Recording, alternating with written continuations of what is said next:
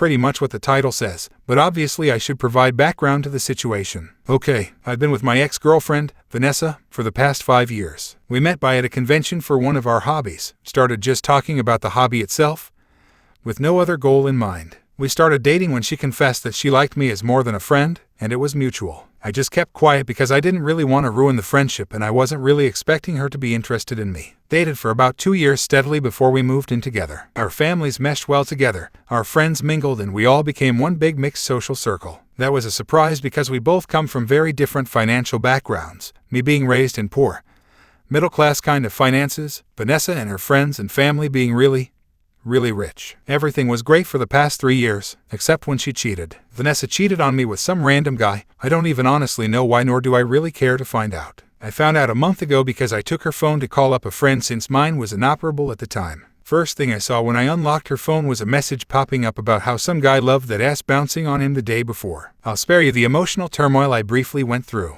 and I'll admit I just put the phone down, told her I was leaving without telling why, and I could see she was confused about me just going out like that. I just didn't want to do something I'd regret, because I did have anger issues in the past, but have mostly worked past those. She probably found out I saw that message, but since my phone was still in the apartment, there was no one way to get in touch with me. I literally just walked around the city for hours until I was so tired that I felt like falling asleep on my feet. Went over to a friend's place, stayed with them over the night, and the day after I got over to our apartment and talked it out with Vanessa. I told her I wasn't going to be in a relationship with a cheater, and that was that. I didn't ask for details, how it happened, who exactly the other guy was.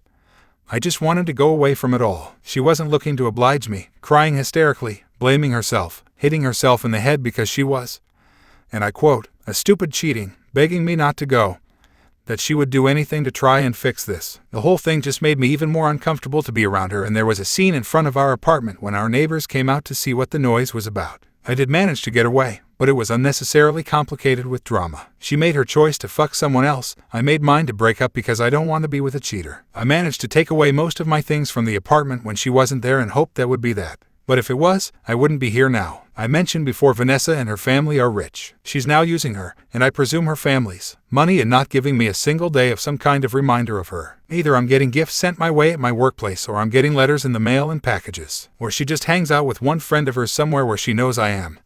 I have no idea how she knows, and this is making me feel paranoid because I keep thinking she might have someone following me, trying to get me to talk with her. I have tried talking with local police on the matter, but have been told in not so many words that her family would make sure nothing would be done about it. Props to the cop for being honest about it, but they could do their job instead. I want to heal. I want to move on. But she's not letting me, and I don't have enough money to just move away somewhere else. She's already blocked or ignored on every possible media I have, but strangely enough she's not trying to get to me through them anyway. Friends, on the other hand, are. Every friend she's got, and she has plenty, has asked me to just meet up with her, hear her out or something else like that. But I'm so tired of that. I'm tired of this kind of shit. I just want it over with. I don't want to hear her speak. I don't want to see her. It won't do me any good. So please, can anyone here help me? How do I move on from someone who won't let me and who has absolutely both the time and money to keep doing it indefinitely? Do I give her that one meeting she wants from me? Would that even help? I'm not from USA or some other first world country, so I pretty much have no legal recourse. Update. She 33 female cheated, I 32 male left, but she's not letting go. There were tons of advice in the thread and a lot of support for the shitty situation I was in.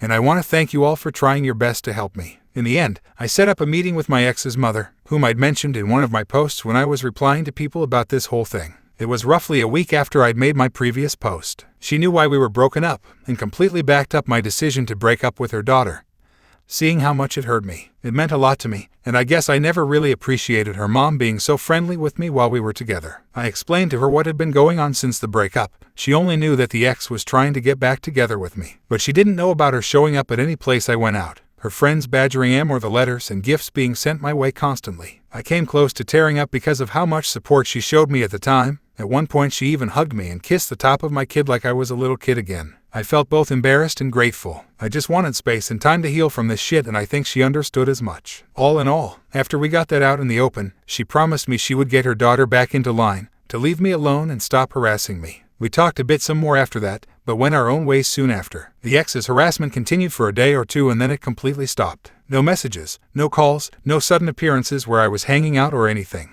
3 weeks out and nothing from her so far. It's been bliss. It's like this huge weight just rolled straight off me. It's easier to breathe and I'm not even looking at the door of someplace I'm hanging out at to see if it's the ex or one of her friends. I didn't even notice that myself. My friends were the ones who brought it up to me. So yeah, this is 1,000 times better than what it was like before. I did talk with my ex's mom one more time over the phone and I thanked her for whatever she did with her daughter. And she was saying it was the least she could do. Near the end of the conversation, she said it would probably be for the best if we didn't speak anymore. It would let me fully move on from this, but that she was sorry it had come to this and that her and her husband wouldn't see me coming over for Christmas. We said our goodbyes and that was that. So that's it. The harassment stopped. I'm feeling great and life's really looking better nowadays. One more time, thank you all guys and gals for trying to help me out from the shit pile I found myself in. Saw ex-wife in person for the first time since I kicked her out 9-11 or so months ago. This might be a long post. We had been largely no contact, except when I would get angry and text things that were on my mind to her. I regret this. I said mean things. Granted, I'm the betrayed spouse, I know. Still, I was ice cold. Move ahead to last week. My favorite dog that I have ever had came down with a sudden autoimmune disease and was in very bad shape. My ex loved our dogs very much. She was a great dog mom and I knew how much she loved them, so when I took my sick dog to the vet, I invited her to see him one more time just in case he died. He was only 6 years old and it was very sad. She shows up and the dog is our focus instead of our past relationship.